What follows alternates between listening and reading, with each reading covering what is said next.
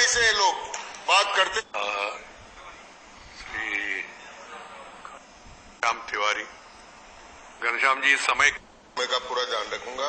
माननीय सभापति महोदय, मैं निवेदन करना चाहता हूं कि मैंने तो 7, 8, 10 दिन तक विपक्ष का हंगामा सुनकर ये सोचा था कि निश्चित रूप से विपक्ष ऐसी कोई सार्थक बहस करेगा जिससे आम जनता को राहत मिले और काम हो सके, लेकिन सबके प्रवचन सुनने के बाद में मुझे ऐसा लगा कि सारा का सारा काम पूर्णतः राजनीतिक है, जनता के पक्ष में करने का काम नहीं किया। अगर ईमानदारी से ये लोग बात करते तो आज श्री नरेंद्र मोदी जी के प्रति कृतज्ञता ज्ञापित करते कि इतने बड़े कोविड के बाद में, रूस और यूक्रेन की लड़ाई के बाद में और सारे काम होने के बाद में आज अगर देश को देखे चारों तरफ से, तो पहले हमारे आसपास के कंट्रीज को देखे, उनकी क्या स्थिति, फिर आप अमेरिका की देखिए उनकी क्या स्थिति है, फिर पश्चिमी यूरोप की देखिए कि उनकी क्या स्थिति है। इन सब के बीच में देश की नाव को इस प्रकार के निकाल कर ले जाना एक महानता का काम था, जिसके प्रति कृतज्ञता आपको ज्ञापित करनी थी। माननीय सभापति महोदय, जहां तक सवाल है, कोविड के अंदर 2 साल तक सारे की सारी एक्टिविटीज बंद हो गई थी, सारी रेल बंद हो गई थी, सारी हवाई जहाज बंद हो गई थी, सारे लोगों का एक प्रांत से दूसरे प्रांत में जाना पड़ा, उत्पादन कम बंद हो गया। उस समय 80 करोड़ लोगों को घरों पर राशन पहुंचाकर जिस प्रकार का जन कल्याणकारी काम किया, वो एक अद्भुत काम सरकार ने किया।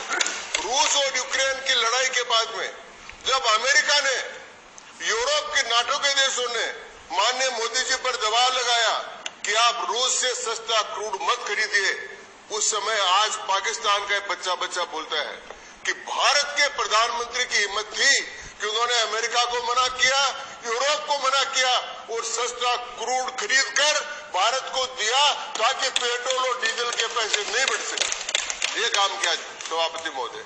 तो इस प्रकार के काम फिर सरकार ने इन बातों पर कोई ध्यान नहीं दिया।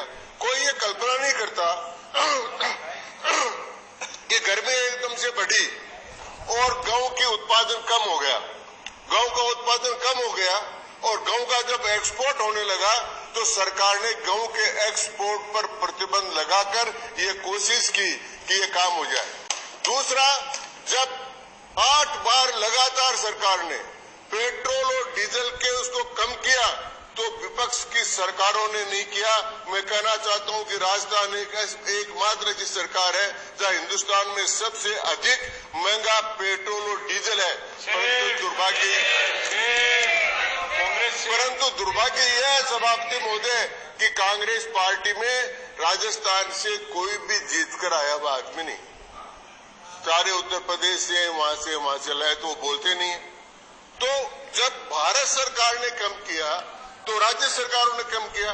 फिर दूसरा चरित्र, जो दोहरा चरित्र सामने आया, वो आया कि जब कल माननीय वित्त मंत्री महोदय ने लोकसभा में साफ साफ कहा और राज्यों के मंत्रियों के वक्तव्य छपे कि जीएसटी काउंसिल में जो सारा प्रस्ताव पास हुआ, वो सारा का सारा प्रस्ताव सर्वसम्मति से पास हुआ।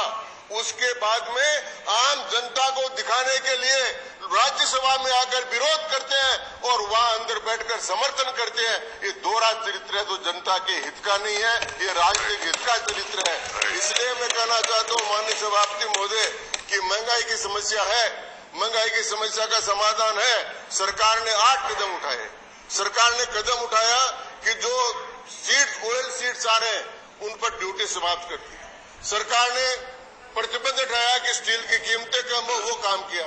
सरकार ने गेहूं, चीनी के एक्सपोर्ट को लिमिटेड कर दिया, वो काम सरकार ने किया।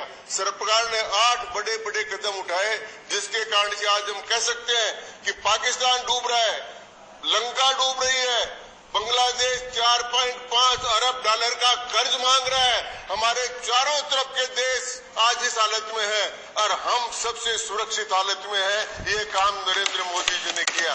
दूसरा, मैं कहना चाहता हूं कि अमेरिका की इन्फ्लेशन रेट 9% तक गई और ब्रिटेन का 30% से सबसे अधिक गया, स्पेन में 9% गया, इटली में गया। उन सब के बजाय भारत उनसे बचकर रहा।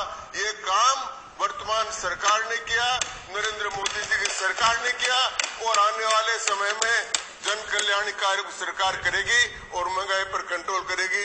आपका इशारा हो गया और इशारों को मैं समझता हूं सभापति महोदय, इसलिए मैं बैठा हूं। धन्यवाद। घनश्याम जी,